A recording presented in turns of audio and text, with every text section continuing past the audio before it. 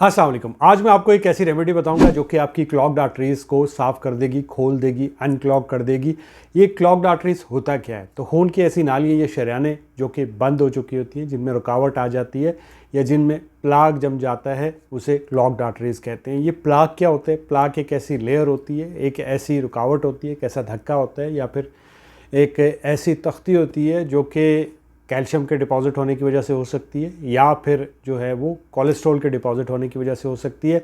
ये प्लाक बनने की बड़ी वजह क्या होती है? इसकी बड़ी वजह होती है इन्फ्लामेशन। जो खून की नालियाँ होती हैं उनमें इन्फ्लामेशन हो जाती है, सख्ती आ जाती है, तंगी आ जाती है, जिसकी वजह से आपका जो ब्लड प्रेशर है वो ज़्यादा रहने लगता है। फिर ये जो तंगी है उसकी बहुत सारी और वजूहत भी हो सकती है, जैसे मैंने आपको बताया इन्फ्लामेशन हो जाती है, हाई ब्लड प्रेशर हो सकता है। इसी तरह से अगर आप बहुत ज़्यादा मोटे हैं या फिर आपकी ब्लड शुगर बहुत ज़्यादा रहती है, इसी तरह स्मोकिंग भी एक बड़ी वजह हो सकती है। ये जो क्लॉग्ड आर्टरीज़ होती है ये बचपन से ही स्टार्ट हो जाती हैं। किसी की 10% होती हैं, किसी की 20%, किसी की 50%। जब ये 70 से ज़्यादा हो जाती हैं तो हार्ट अटैक का जो रिस्क होता है वो बढ़ जाता है। और अगर हम मेडिकल फील्ड में इसका इलाज देखें तो आपको जो कोलेस्ट्रॉल को कम करने वाली दवाइयाँ हैं वो दी जाती हैं। इन दवाइयों को स्टैटिन कहा जाता है। यहाँ मैं ऑक्सीडाइज कोलेस्ट्रॉल की बात कर रहा हूँ, आम कोलेस्ट्रॉल की बात नहीं कर रहा या डाइटरी कोलेस्ट्रॉल की बात नहीं कर रहा हूँ। जो ऑक्सीडाइज कोलेस्ट्रॉल होता है, जिसे लो डेंसिटी लाइपोप्रोटीन कहते हैं या फिर एलडीएल कहते हैं या फिर जिसे आम जुबान में आप गंदा वाला कोलेस्ट्रॉल कहते हैं, जब वो बढ़ जाता है तो ये प्लाक बनने का सबब बनता है।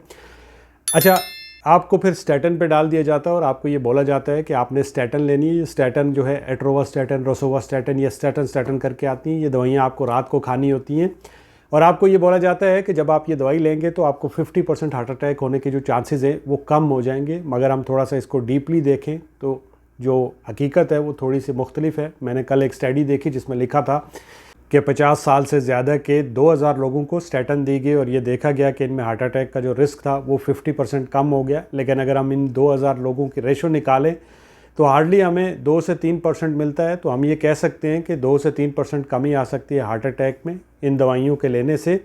बट वो जो चीज़ आपको नहीं बताते हैं वो ये है कि ये जो स्टैटिन होती हैं इनके साइड इफ़ेक्ट भी होते हैं। जैसे अगर आप स्टैटिन लेते हैं तो आपको मायोपैथी हो जाती है, यानी आपके मसल में वीकनेस होती है, मसल पेन करते हैं, आपकी नींद डिस्टर्ब हो सकती है क्योंकि ये रात में ली जाती हैं। इसी तरह से आपका टेस्टोस्टेरोन लो हो सकता है, आपको इरेक्टाइल डिस्फंक्शन हो सकता है, आपको हाथों पाँव में सुनपन फील होने लगता है। इसके अलावा आपका पेट भी ख़राब हो सकता है। तो ये इसके साइड इफ़ेक्ट होते हैं। एनीवे, अब हम चलते हैं अपनी नेचुरल रेमेडी की तरफ जिसका कोई साइड इफ़ेक्ट नहीं है, जिसे जापान के लोग 2000 सालों से इस्तेमाल कर रहे हैं। इस रेमेडी का नाम है नेटो।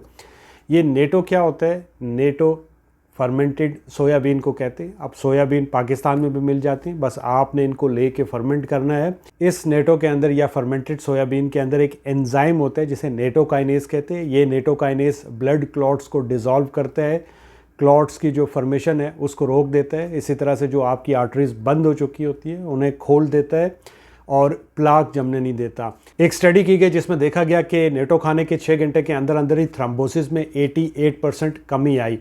इसके अलावा जो जापान के लोग हैं वो नेज़ल पॉलिप्स को डिज़ोल्व करने के लिए भी इसका इस्तेमाल करते हैं। आपको पता होगा कि जापान वालों की जो एवरेज उम्र है वो 90 से 100 साल है और हमारे यहाँ बमुश्किल 60 से 70 साल होती है। इसकी वजह होती है उनकी अच्छी डाइट, उनकी अच्छी खुराक, उनका अच्छा लाइफस्टाइल।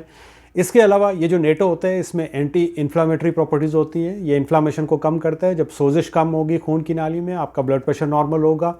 इसी तरह से ये जो बैड कोलेस्ट्रॉल होते हैं उसको रिमूव करता है, उसको कम करता है। आपके ट्राइग्लिसराइड कम होते हैं और जो अच्छा वाला कोलेस्ट्रॉल होता है एचडीएल जो है वो हीरो का किरदार अदा करता है और जो एलडीएल होता है वो विलन का किरदार अदा करता है आपकी बॉडी में। और जो एचडीएल होता है, अच्छा वाला कोलेस्ट्रॉल होता है, वो बढ़ जाता है। इसके अलावा इस नेटो में एक और बड़ी ज़बरदस्त चीज़ होती है जिसे कहते हैं विटामिन K2। विटामिन K2 के ऊपर हमने ऑलरेडी एक वीडियो बनाया हुआ है।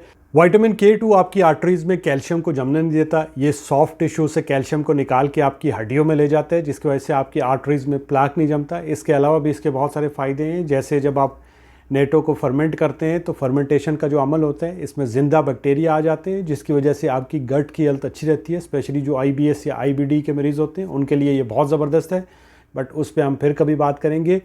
तो ये जो फ़ायदे हैं ये आप ले सकते हैं इसे इस्तेमाल करके। चूँकि मेरे फादर इसको इस्तेमाल करते हैं तो ये याद रखिएगा कि इसका जो जायका होता है वो बिल्कुल भी अच्छा नहीं है। बस आपने इसे मेडिसिन समझ के इस्तेमाल करना है। हफ्ते में आप 1 से 2 दफ़ा इसको इस्तेमाल करें। और इसके अलावा इसके कैप्सूल भी मिलते हैं, बट वो इसका एक्सट्रैक्ट निकाल के उसको बनाया जाता है, बट उसकी एफिकेसी कितनी है वो एक क्वेश्चनेबल हो सकता है। तो बेहतर ये है कि आप इसे घर में तैयार करें। घर में तैयार करने के लिए आपको बहुत सारी वीडियो यूट्यूब पे मिल जाएंगी। आप लिखेंगे कि जो फर्मेंटेड नेटो होते हैं वो कैसे बनते हैं या फिर फर्मेंटेड सोयाबीन कैसे बनते हैं, आप ये देख के अपने घर में इसे तैयार करके इस्तेमाल कर सकते हैं। दुआओं में याद रखिएगा और कोई क्वेश्चन हो तो कमेंट में टाइप करिएगा। अल्लाह हाफिज़।